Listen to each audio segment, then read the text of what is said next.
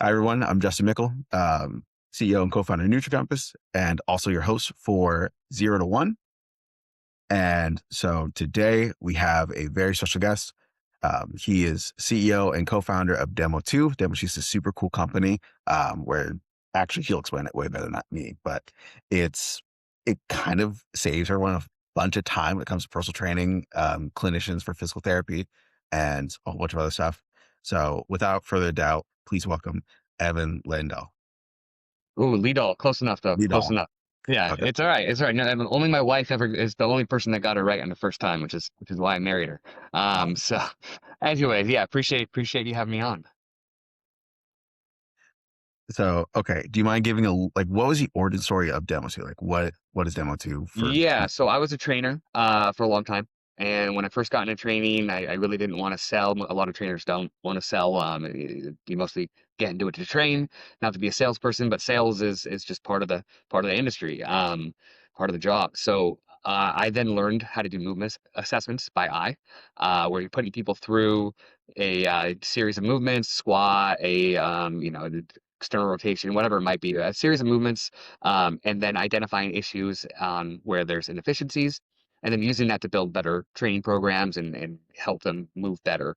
Now I use that a lot in sales as well because it was a lot easier than having them push a bunch of sleds and making them feel like they worked out. I had them, understand, hey, you have poor ankle mobility. You should work with me or you're going to get injured. So it was a non-sleazy way to sell. So movement assessments are just a huge part of what I did as a trainer. It's something I felt like was an earned secret.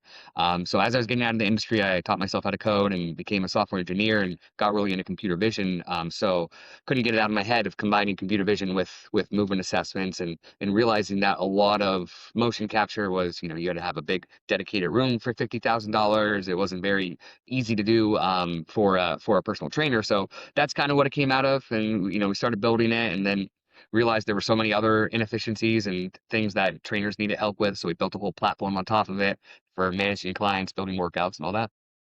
Right on. And like that's fucking sick. Actually, looking the actual app is pretty cool. Nice. So when it comes to like practical use and like where you actually find applications for this thing, like where do you see it the most commonly used?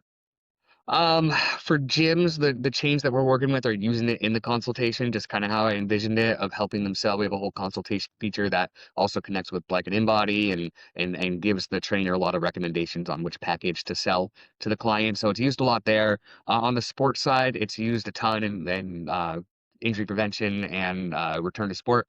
A lot of the colleges and teams we work with will do baseline assessments on all their athletes and then track that through the year, us doing repeat assessments to see there's any deviation from that baseline and help catch injuries beforehand, or if they do get injured, try to get them back to their baseline scores on the movement assessments. So, Mhm. we sell into two different segments between fitness and sports, so it's used in some different use cases between the two. Right. But it's used multiple times throughout the customer's life, whether or not, when they first come in or when they're about to like kind of mid training to see if we have any imbalances or anything that's up. So Yeah, awesome. yeah. And then, we built the whole training platform on top of it because, having data is great, but we wanted to make sure it was useful, practical to do. So we have a whole training platform that the movement analysis feeds into. We have a lot of other data we collect, injury history, their goals, and all of that. And then we have AI that actually generates up to 4 weeks of workouts based on all this data for them in about 2 minutes. So with that, it's, the assessments, yeah, it's repeat. Some people will do it daily, others will do it every other month. There's, however you want to use that, but then there's a lot of daily aspects of using that data to help um, create better outcomes. For sure. Okay. So as the CEO of a company, like how did the company start? Like you became software engineer and started doing the Yeah. work, but I feel like there's more to this at this point. I mean, yes and no. I mean, I met my original guy that I kind of started it with, and I pitched him on it in a Buffalo Wild Wings in Idaho, and How then romantic. pretty yeah shook hands on it, and we started working on it, and then the one that I still build it with, Praj, we brought him in a little bit later. He has a very good technical background, and we were able to kind of build it together. So yeah, we just kind of got going on it, just started building and got it into beta, realized there was so much to fix. And then Just kept building, building, building for years until the last year we got started getting a lot of traction.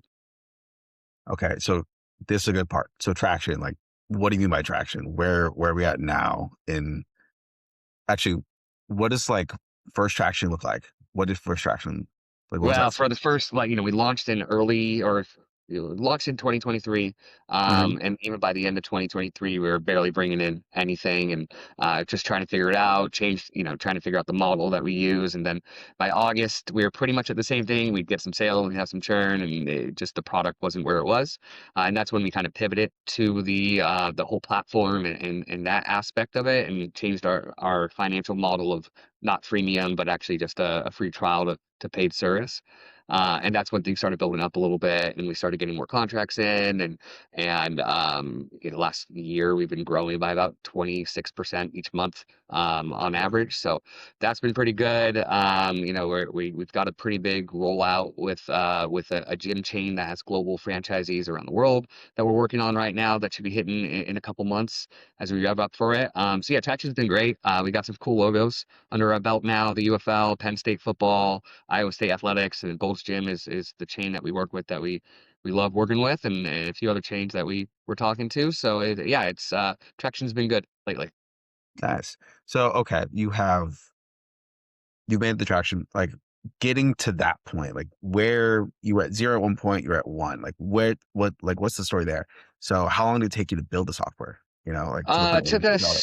us a year and a half to try to get the movement analysis working correctly on the phone, and then we launched. And then we really started. It took probably another year and a half, 2 years to really start getting the traction. So it was not easy. I also had a daughter who doesn't sleep right as we launched, so that was an extra layer of hell to start a company with. But Yeah. yeah, so for the first what 3 to 4 years, just nothing. It was just all hope and just Wow. visualizing it and everything, and doing a lot of things that were unconventional on it, making assumptions for customers and what we think they would want, which actually turned out to be true, and just building, and just keep trying, and yeah, and then it gets to a point, and you're prepped for good luck to strike because you've created those conditions, and then it just kind of takes off from there. Yeah. You mentioned like making the conditions, and I can imagine, creating the conditions are like throwing like little gold bars across on the other scale.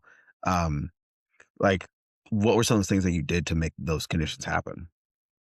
I mean, a lot of it was product. A lot of it was just product and getting it, built out. Especially we were building it all out before any of the vibe coding or anything like that. So it's just, keep on building, keep understanding, why things aren't working, why customers are only viewing it as like a tool rather than a need. So I say we made assumptions, but we were also talking to a lot of customers and trying to figure it out. And um, at the end of the day too, it was figuring out marketing efforts and how we're able to, get in front of people. It started also taking off a little bit more once we started putting money into ads, which usually they say don't do early on in a startup. It should be a lot more organic, but we realized, hey, if we just get in front of people and tell the story really well, we get a pretty good return, and that started working. And then just a lot of reach out. So it's with a company, it's always multi-factored. It's a blend of product and telling the story and just getting in front of people. So it was just laying all those bricks on there. And then it just kind of came together, and as it comes together, hey, and then you have more money to get in front of others, and all of that. So yeah, a lot went into it. Right. Okay. So during that building phase, like that hell, like Yeah. how'd you deal with some of those challenges? Like what were some of the challenges that you faced a lot? Well,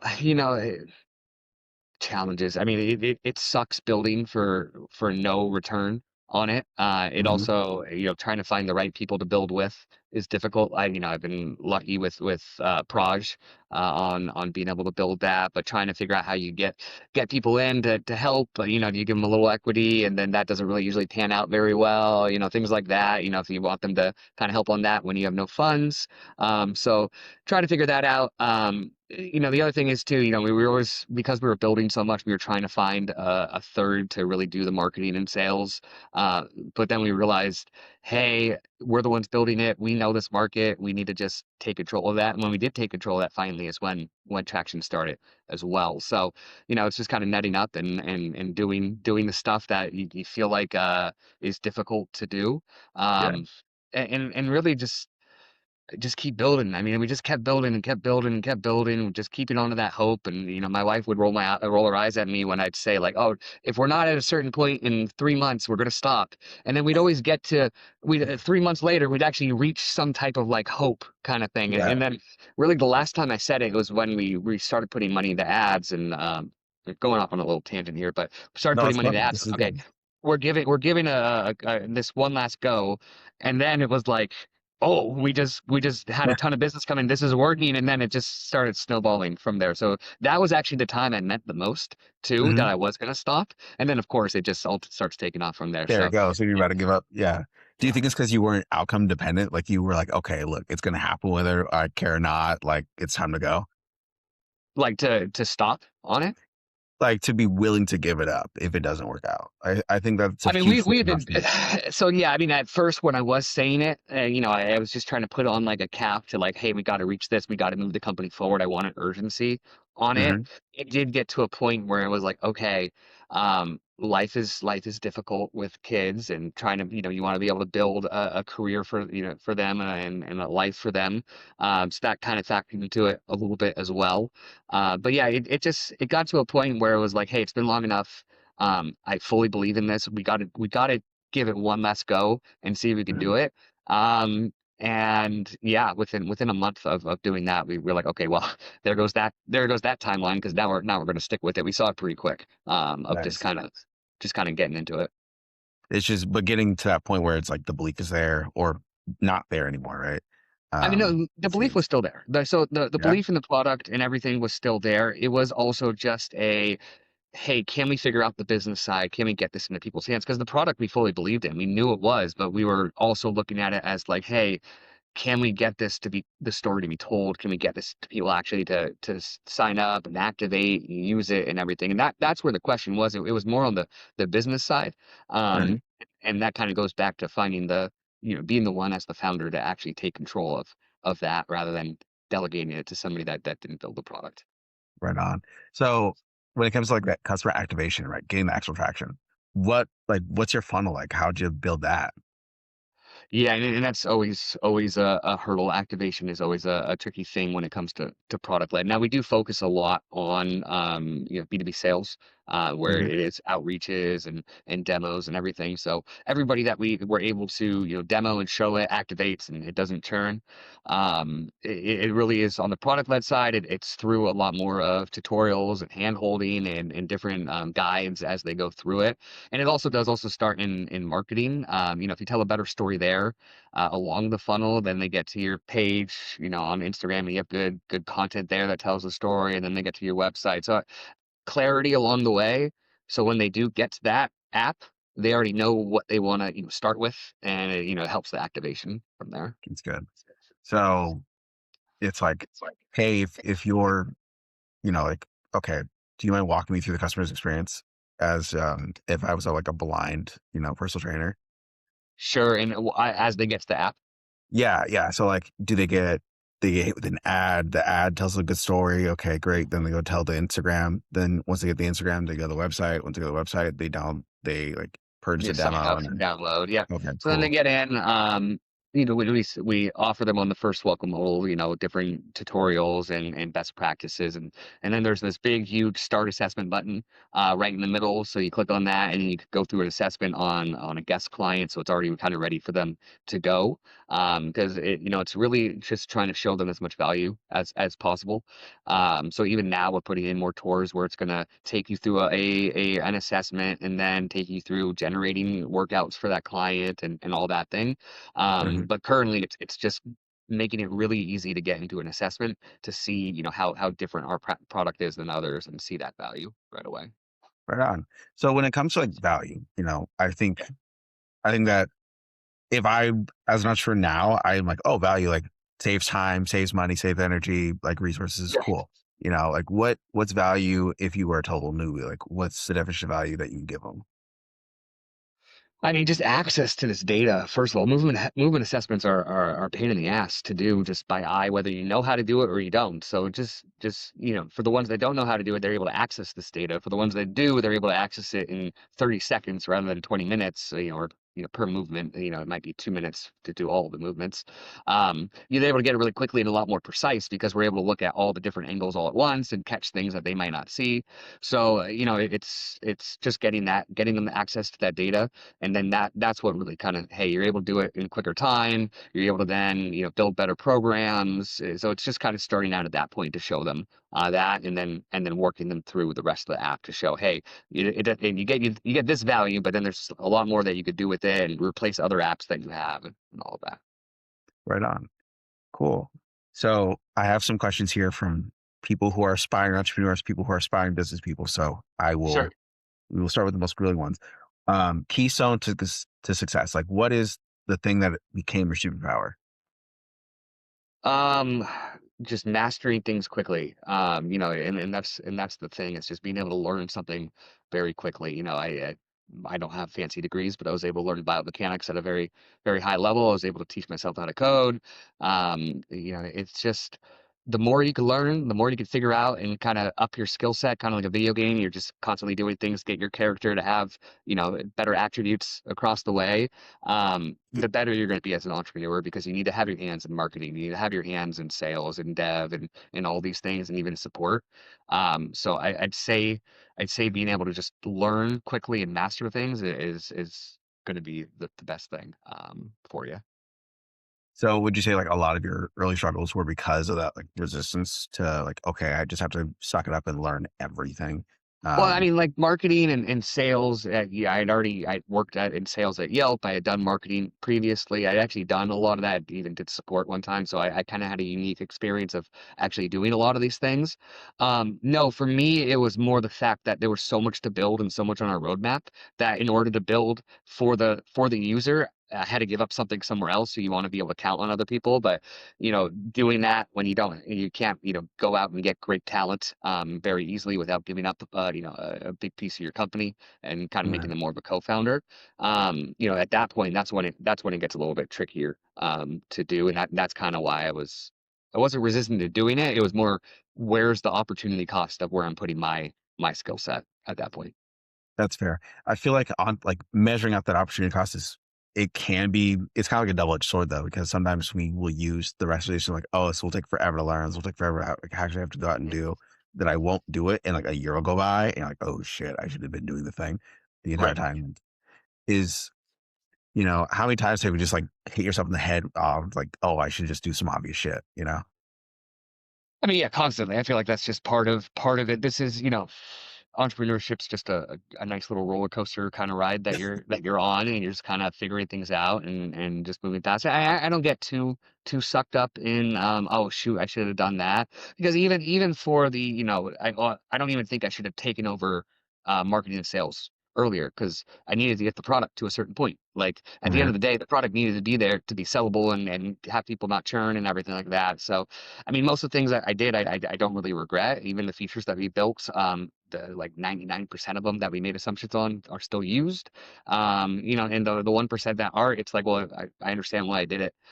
So I don't really look back and hit myself on the head. It's just you learn from it, you move on. Sweet. So, I mean, because I'm a huge nerd. So you've made some stuff based off pure assumption. What are Yeah. some of the things you made where like this is just cool as shit? I want to add this in.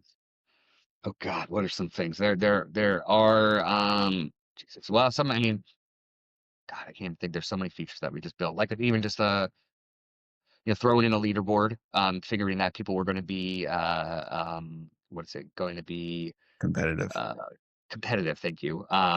The other thing we recently released that got a good reception that nobody really asked for was training philosophies, being able to put in their own philosophy for the AI to understand how they build workouts in programming. So we're always looking at making things more customizable in that regard. So that was kind of a cool one that got a warm reception to it.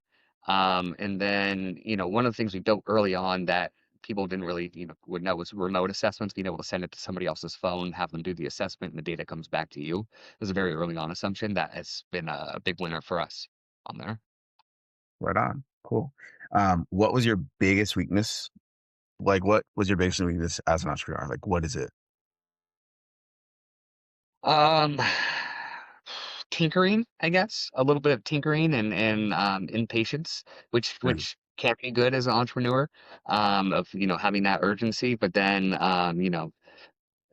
that and then also just well, and with the lack of patience, you just want everything there and done and going and all that. And it's being able to just understand, hey, you got to build things in order and do these things in order. right. So it's kind of answering an interview question of like, hey, what's your weakness, and you actually give a strength. So that's kind of what it is. But Yeah. patience, even patience with people, of just the wanting them to perform the way you do it. I'd say patience is a good thing to not have and a bad thing to not have at the same time. Yeah. Do you think that like so the order of operations saying like I've been learning PEMDAS of business, like you need to do this, then this, then this, and this. You're like, what do you think is your PEMDAS over order of operations when it comes to creating a product? You see, a lot of mine isn't from any type of like oh, well, I'm gonna have a plan and go do this. It's kind of just figuring out things. So I don't really have a PEMDAS of building a product. I knew what I wanted to build. I built it. We got it into beta. Made some assumptions off of that. Just kept building it. I mean, for building a product, it's you just got to keep trying things and keep building things. I think there's a million different ways you go, and that depends on the product. It depends on the industry too. You might be able to build something for devs that's pretty easy to build and quick to build, and especially with AI nowadays that you could ship out. Now for fitness and sports, it's a little different with the way the industry operates that you need to figure out exactly what they need first, the biggest thing, and then kind of go from there. So it's hard to answer that one because it's one that you want to stay malleable on. You want to be able to figure out as you go, and that's the way we did it. I'm sure there's other ways to do it as well, but the way we thrive and I thrive is through just kind of building as you go and being agile. Nice. It's you have like a pirate ship that you're working on, where like as you're kind of floating on, you just have it. Yep. Um, that's cool. That's really cool. So we have like making that first one, like getting that first big win. Um, what was that like? Like, what's the story there? First big win, like signing a contract, or First big win, like we're talking start of sales cycle. They're interested in serious. it. Yeah. Okay, cool. Yeah. Yeah, I think UFL was probably our big first logo that we got with it, and we actually started talking to them when they were the XFL, and we were gonna have that signed, and then they merged with the USFL right at the last moment, which kicked that down the road, and it was trying to figure out how we kind of get in there. But we had somebody that was a little bit on the inside that we knew very well. That was one of the athletic trainers there. And then we were able to just kind of figure that out kind of at the last minute, get that one signed, working with the head of sports medicine, and then they actually had us come down to their physicals and help them perform assessments on all 500 of their players. So that was the big first one that we got, which was when we were down there and we're doing assessment. It was grueling to do 500 players in a day, just assessment after assessment. But it was like this is what we're dreaming of. This is Yeah. this is what it was really cool. Like we test it as much as we can, and we still train people and you do it on there. But to see it in to do it in a sports performance organization or a sports organization, and see it just was even extra validation on like, hey, this is a great product. It's working very well here. And so that was actually the start of that time period when we were like, hey, let's just give this a little longer. That last time it was right around there when it happened. So we were able to yeah, get that validation to go. That sounds like a really good trial by fire moment. You're like, we will, this is going to happen here. I'm like, how long did it take you to get to that point? So you had the initial, like, okay, cool, ESL. And then once you got the relationship going, that like, how long did that take to get to that point even? Yeah, well, we didn't work with the UFL that first year, because when it transferred over from the XFL to the UFL, so actually got them the next year and started talking to them again in the off season, and Okay. then talks really worked up in early January, and by the end of that we had them signed, and then we were working with them end of February for their physicals. Wow. So that threw it back a whole year. Yeah, yeah. I mean, and more just not even with the on the product. It was, yeah, it was just the fact that, when companies merge, there's always changes and needs and everything like that. So, ours was kind of bottom of the totem pole with as they restructured everything, Mhm. and we were able to pick it back up. Yeah, about a year later.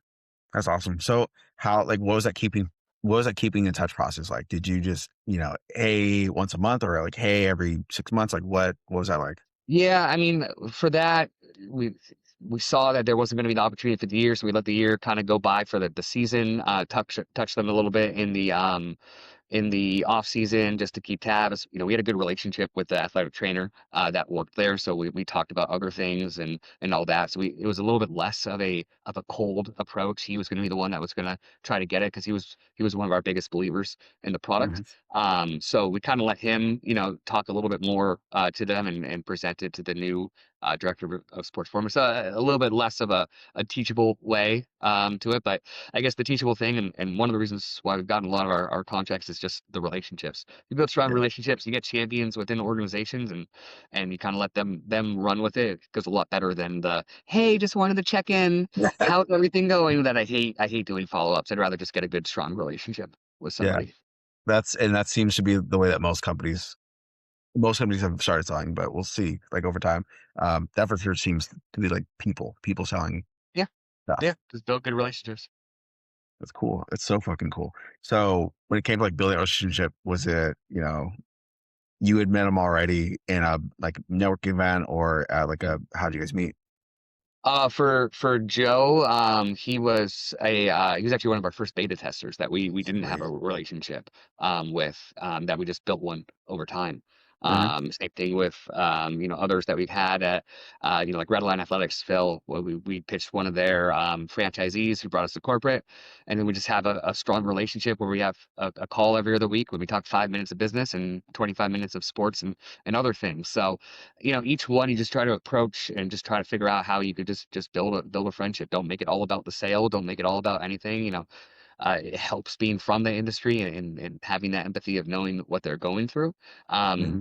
But I mean, there's plenty of ways to build a relationship and get them to not just care about the product, but also care about you. That's dope. That's so sick. Okay. So failures. Yeah. I'm assuming you've had a lot of them, right? What were some of the Yeah. biggest ones that hit the hardest? Yeah, the first guy that I shook the hands with in a Buffalo Wild Wings, he ended up leaving before things started taking off, and um, he's still a close friend of mine. We still talk regularly, but setting enough expectations at the beginning, figuring out how we're going to work together, all these things that, go back and forth between who, both of our faults type of thing. It's, the founder relationship's really critical, Nice. that you want to make sure is set up. So that was a big failure in a sense. It was the right decision for us to part ways on that, and good for the company, good for him as well to go off and focus on his career. But it was definitely a failure. Definitely a failure on many levels that I could get into on a whole other podcast. Yeah. So, I mean, because you have right now, you have yourself, you have a co-founder, Yeah. and do you have a team right now? Yeah, yeah. We've been hiring out. So we've got a marketing hire, McCade, somebody else doing sales now. His name's Evan, but we call him Briz to not have any confusion. 'Cause that's his last name. And then we have a dev out in Brazil who is doing very well, and we're hiring another developer in the Sacramento area. Sweet. So you have right now, you have like 5 people, including you, on the team Yes. entirely.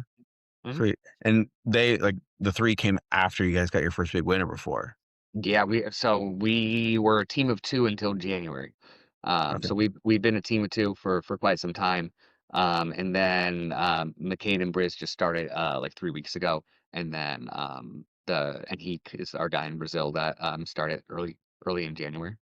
Nice. When it came to getting that early traction, did you how many gyms or how many coaches did you guys reach out to get that early like beta test? Like, The beta test, we post it on different like groups to see who was interested in it. So we were able to get that through just posting about it in different LinkedIn groups or Facebook groups and all of that. And then reach outs. I mean, we tracked it for a while of how many reach outs we were doing. We were shooting for, at least 10 a day of just, with research onto it. We have a few other ways we're doing reach outs now. We work with a cool company called Lead Gen Hubs. They're early stage, but they actually have contracted BDRs, not AI BDRs, actual person calling, which is nice. And they have a whole system that I love that is doing our reach outs now. So yeah, but before that, it was, you kind of spray and pray a little bit. But a lot of the sales, a lot of things we're doing now is through marketing and through just our network, and then having LGH do a lot of the calls. that's fucking cool. That's so cool. All right. So let's see. How long before launch? We gotta answer that one. Inspiration to start a business. What was your big inspiration to start a business? Um, few things. One, I hate working for somebody. I knew I was never going to advance in a company because I was never good at drinking the Kool-Aid. I was always getting the companies to be like, "Oh, that's wrong. That's wrong. You should do it this way. You should do it this way." And when you're getting at entry level, it's never the greatest way to go about things. Um, and I early on when I was 18, we had a little moving company, me and my buddy, and I loved just working for myself and doing that. And it's just not wanting to do the normal corporate thing, and being able to create the environment and the company is just always something that pulled me in that direction. I owned a gym, and then after that, it was like, yeah, that's what I want to do the rest of my life. Own a company, and that's kind of what pulled me into Demotu a few years later. Yeah, that's so cool. Like, so like a little bit of rebellion, like, listen, I'm gonna do my own Yeah, I stuff. mean that's exactly who I was growing up, to the detriment of my parents, of just being that troublemaker. I think there's a quote like entrepreneurship's the last ditch effort of the troublemaking child, and Yeah. and it is it's being able to just kind of not take orders from somebody, even though I feel like you do actually take more orders from people when it comes because you have customers you're taking orders from. You do answer to your employees, you do answer to investors. You actually answer, I feel like, to more people this way, Yeah. but you still feel like you're in more control on it. Yeah. Cause I think at any point you get to stop. Like if you really wanted to, if you're like, this is bullshit, I'm done with this forever, you could just stop. But I mean, yes and no. Then you have to go back to work. yeah, And so if I did stop way back when, I would have found another company to build up and everything. nice. Because that's how I picture the rest of my life going. Yeah. It's like, I like the thing I've heard the most is, the first step to be an entrepreneurship is to be an entrepreneur. It's to like start some shit and then go from Yeah. there. Like, that's so cool. Okay. So let's see. Inspiration to start a business. What did you have to sacrifice to get here? Time, a lot of sleep, a lot of health. Oh man, I got my blood paneling done in September, and it was screened entrepreneurship on a few different levels. So, I mean, you got to get the right support system around you. Luckily, my wife supports this and it. But I lose time. Even see my daughter as much as I want to, and relationships. I get calls from friends that I can't answer as much, and all of that. So, yeah, the things that are actually good in your life, health and friends and family are definitely a sacrifice. But you look at it a few ways. You build up the company. You kill yourself for a few years, and then if you exit, or if you turn it into a cash cow, whatever it might be, then the rest of your life and their lives are so much better. So it's the sacrifices are worth it. You just need to make sure um, people understand and they're down for it, Yeah. and you know how to build your health back up, because I feel like you're not doing it right unless you do have a blood panel like that. So yeah, plenty to sacrifice. That's just life. If you want to accomplish something, you're going to sacrifice a lot, and that's why most people um, either give up early or don't start a business. Mm, heard. No, for sure. I feel like the amount of trade-offs that you have to make is kind of insane. I mean, you kind of move like a person possessed because you have to do the thing. Like this is Mhm. totally worth it because I know this 5 years of time is, even 10 years of time is going to be worth the trade-off of this. But um, like getting to the point of you have proof is super important. Okay, cool. My very last question. All right. Um, so what is your biggest like what are some of the frameworks that you've used and some of like the mental hurdles that you've had to cross to get you to where you are today? Like obviously the person here today is either a better manager, better CEO, like better all around Yeah. than the person before, but like what did you have to learn to get there? I mean, it's everything. I mean, like you have to fail a lot to kind of learn some things. You read as many books as you can. You know, hard thing about hard things or whatever it is. I mean, you read a ton of books there, and you know you find frameworks to use like EOS or whatever it is. But I mean, just kind of all piles on top of each other. I don't have one or any like golden one to do. It's just keep trying and fail and just keep learning. That's my framework. It's just keep trying and keep learning and just keep building. I mean that's really what it is because even though me and you are both in the fitness tech industry, we're going to have ma many different routes. We're all starting at different points, kind of thing. So I think it's just the drive. It's just the drive to keep going, and just kind of figure it out as you go. Sweet. Well, that concludes the episode. Is there a book recommendation you have for the audience? Book. Well, the hard thing about hard things was the one book that made me feel like I was running my gym again. It just made you feel like you had that pit in your stomach. So that's a book I always recommend. Good Luck: Creating the Conditions for Success in Life and Business is my favorite book. So those are two ones I usually recommend on there. And then if you do need, once you're operating your business, the EOS method is great. Traction by Gino Wickman is a good one for getting the scorecard and just getting a handle on everything. Sweet. Thank you so much, Ethan. Evan. Ooh, wait. I'm bad at names. It's so bad. That's a No, here's great what it way is. to end Here's your what it is. first episode. Go. I have called like there's 8 different people in my Yeah, phone with, like E, and I'm just like, damn, there's a lot of names. Whatever. I yeah, was just all, oh my gosh. But thank you, Evan. of Um, course not. where can people go to keep up with like, Demo 2? Where can people go to like keep up with what you're doing? Yeah, I mean, demotuapp.com is our website. You can find me on LinkedIn, add me on LinkedIn, and then yeah, follow us on LinkedIn as well. It's probably the best place. Sweet. All right. Thank you, Evan. And we are out.